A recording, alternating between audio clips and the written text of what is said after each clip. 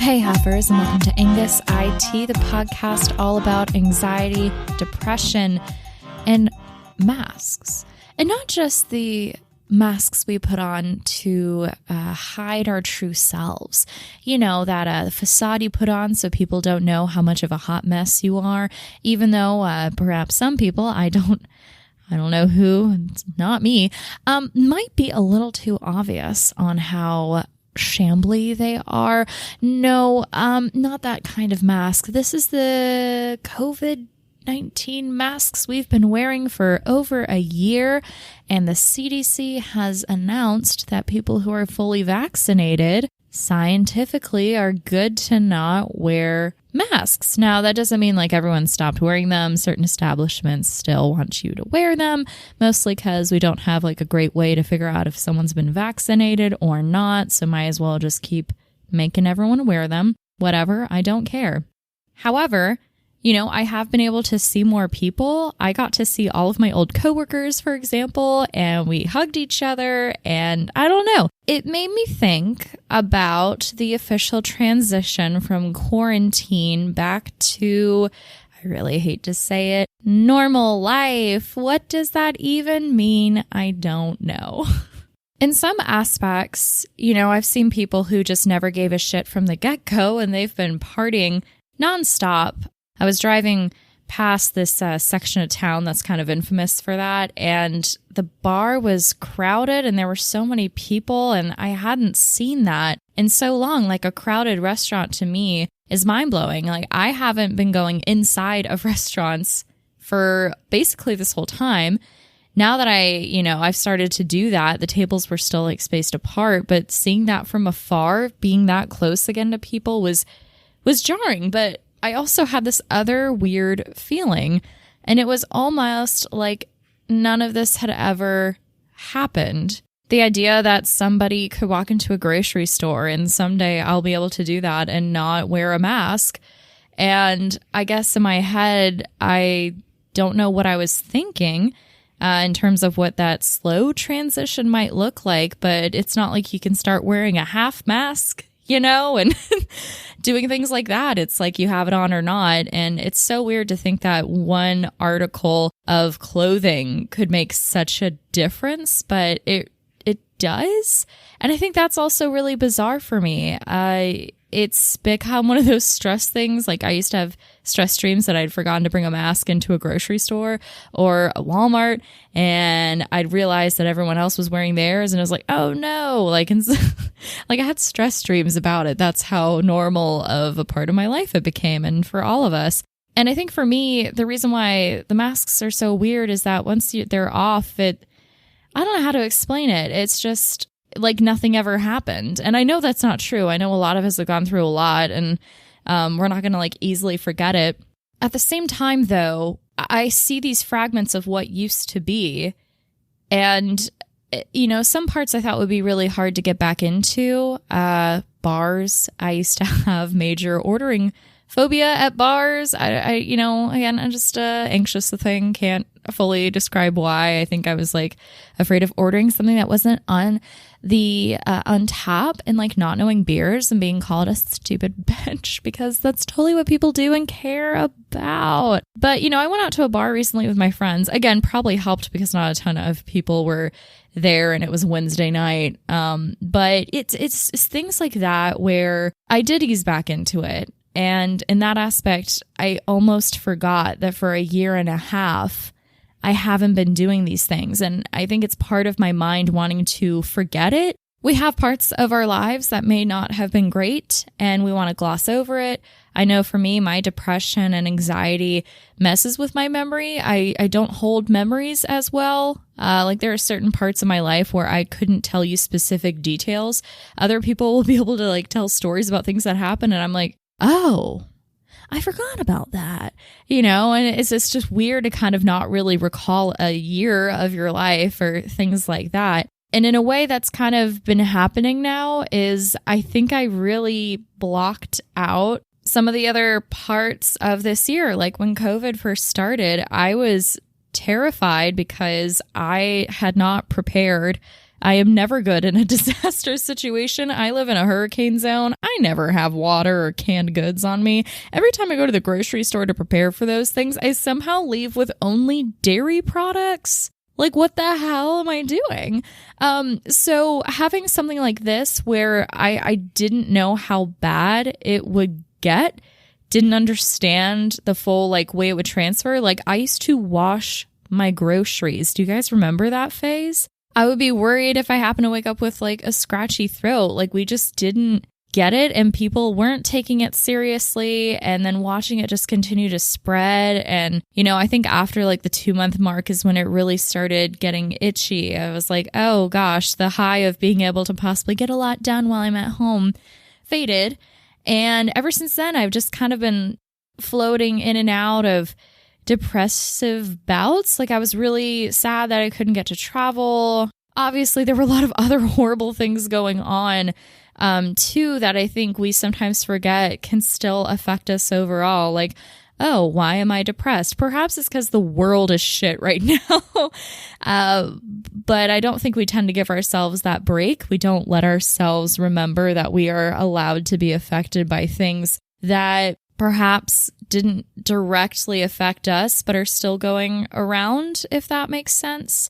You know, something really sad happening to a friend still makes you sad, even if it didn't directly happen to you, you know? So I feel like that's kind of how the world was. All these sad and angering things happened. And, you know, I think getting out of 2020 was a mental cleanse, just for the fact alone that it wasn't that year anymore. And I really feel like for me in 2021, it's wild to know that we're basically in June, which will be like 6 months in, halfway through the year. And I've fully adapted to this life. Like, I feel like I, you know, had gotten in the routine, but now this is like a set habit. And now I'm breaking those habits and doing things that have been no-nos, like had negative connotations to them, even though they had brought me joy. But like going to a bar feels weird and I'm so happy. And then it's almost like the past year and a half was just a blink of an eye. Like, I can just bury it and pretend it didn't happen. And in a way, I've enjoyed doing that, because who wants to think about all of the shitty things? Not me.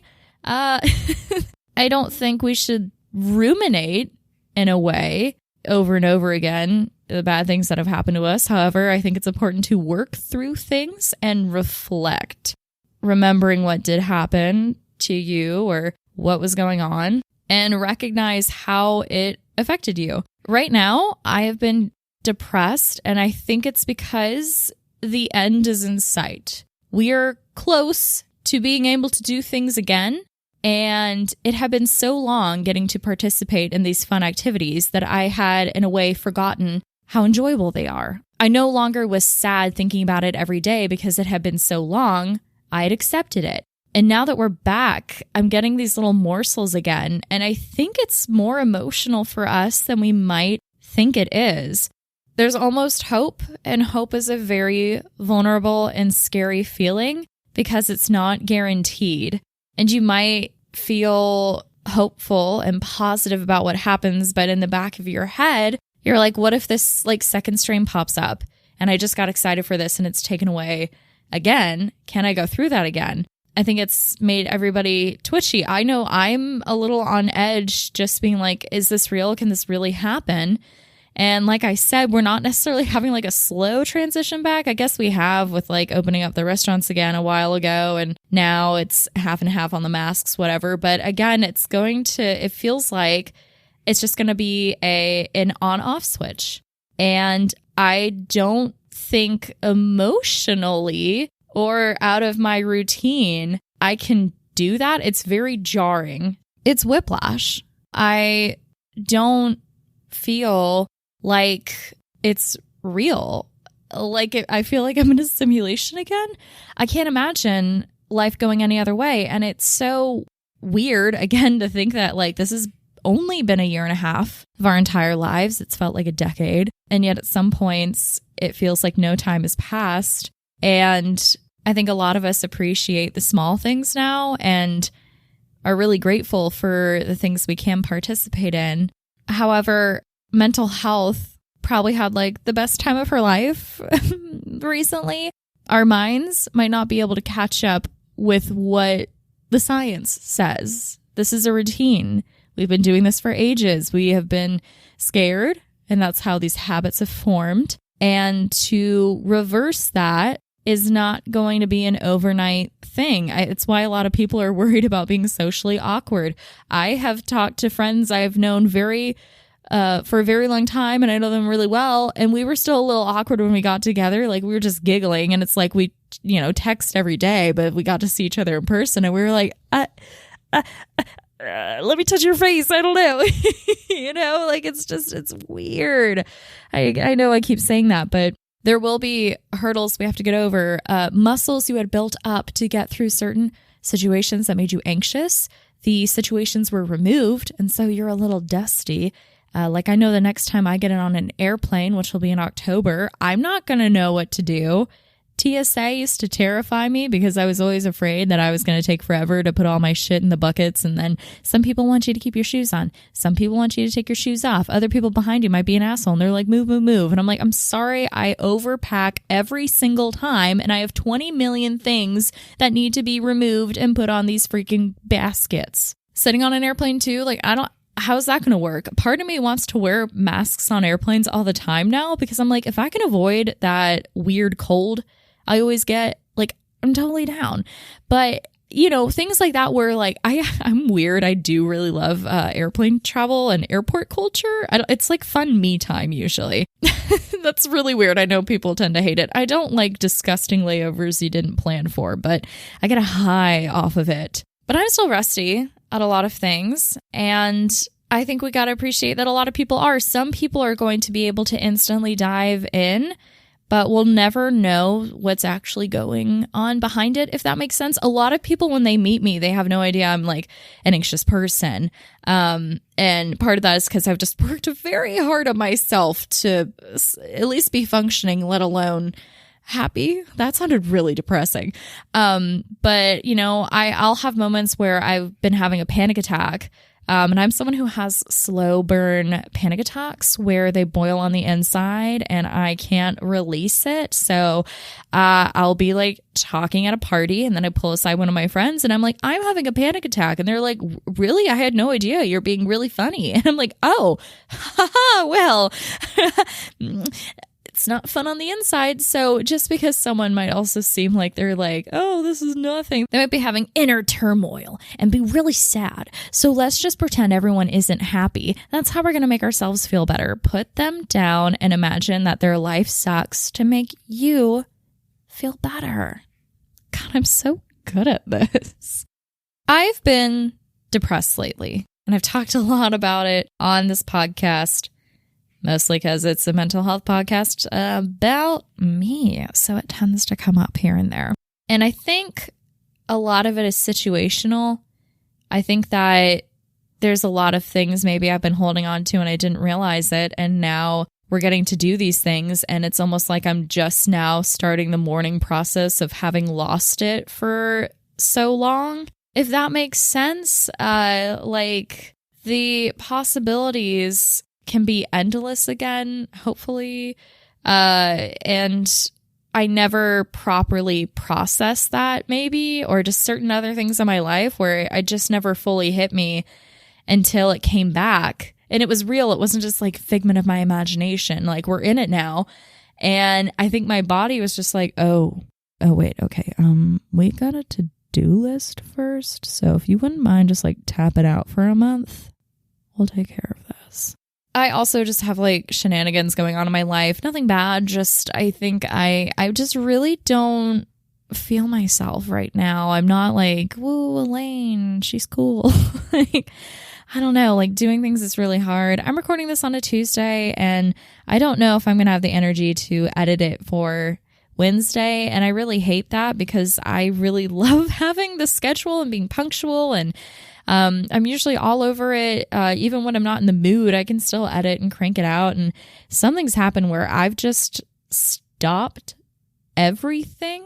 And I was able to see my friends last weekend, and that was so exciting. And we got to actually go out and do downtown in their area. That made me feel a lot better. I've been feeling better this past week. Today, I kind of feel sick. I don't think I actually am sick. I think I just ate something and my body said, you're down for the count today. And I also didn't sleep last night because that's just been the mood. And I'm kind of more to blame for that one than my body, because I stayed up until 3 a.m. on TikTok watching a guy put rubber bands on a watermelon until it exploded. Google says the average is 400, so I thought at least at 2 a.m. I'd be done. This watermelon took 1,070 rubber bands.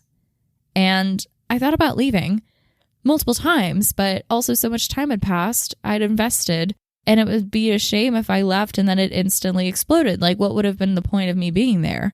Oh, and I think that's a beautiful metaphor, circling back to what I've been talking about. I can make this connect. I can do it. Okay, so we've been waiting around, waiting for the explosion. We've been waiting for it to come back, and now it is, and it might not live up to our expectations. And I think that's also scary. You know, I'm like, oh, I'm so excited to do this. And I'm like, oh, I'm still anxious to do this. Or now that I'm finally able to come back and start my business, or travel's opened up, I can finally fulfill this dreams. But like, you're still the same old bitch and you don't. I mean, you can do it. You can work towards it. Yeah, God, sorry. But you know, it reminds me of that thing again in the beginning of quarantine where like, oh, I have time. I can do all this stuff. It's really cool. We're going to have that again. We're having it again because it's like, oh my gosh, things are open. Now I can finally do this. I planned 20 million things to do over quarantine once things open up, and now they are. And it's like, letdown. Another letdown. Talking to boys, they still scare me. Oh no. I don't even know, guys. I don't know. My examples are just not hitting it today, and I'm sorry.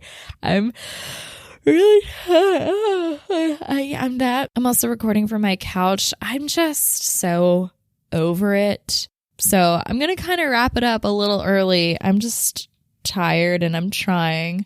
And I think that's all we're going to ask for. But mostly, I wanted to make this episode to say that if you feel weirder than you thought you would about things opening up again, you're not alone. If you're really happy and excited about it, you're not alone. If it's not living up to your expectations, you're not alone. You know, and if it scares you, you feel bad that it scares you, or you feel shamed that you're still worried about the things again, even though like the CDC has said you know, if you're fully vaxxed, you don't have to. Those fears are valid because you had to live in them for 1.5 years, and those things just don't go away. So feel what you're feeling. There's going to be a mourning process still, which is weird to mourn for quarantine, but you know, I'm not going to be able to mutter to myself very obviously in a grocery store anymore because the mask will be gone, you know, things like that where maybe we did find things that we enjoyed while we reflected. Maybe we fixed our cruddy home space. Some of us made it worse and learned that they need to clean more. No idea who that would be, though. So, hey, it's good. We're going to be okay. It's going to be weird, but just accept it. Don't ignore it. Ignoring it never goes. It never goes well. So, yeah. Go to therapy if you feel like it. You know, therapy is the bee's knees. Okay, I need to end this. Thank you so much for listening to this episode of Angus IT. I really hope you enjoyed it. You can go to Twitter and Instagram and follow me there at Angus IT. That's Angus like the cow, I like the body part, and T like the drink. Go to my website, www.angusit.com, if you feel like touching my URL. I don't know. If you feel fancy, you can email me at angusit@gmail.com. I hope that you have the most amazing meet cute once everything is kind of lifted, like the masks are off and we're like decently back to normal. I hope that like you're walking the halls in school and you drop your books because someone runs into you, and then you look up and you guys look as they help you put your books back, and then you get married and have babies if you want them, pets if you want them. You buy a ranch of horses and they're happy, and you have so many apple pies that you're really good at making. It's your signature dish. You never had one before, and you're happy. They do the dishes. Oh my God, they're your soulmate. And with that, I will talk to you next Wednesday. Bye, heifers.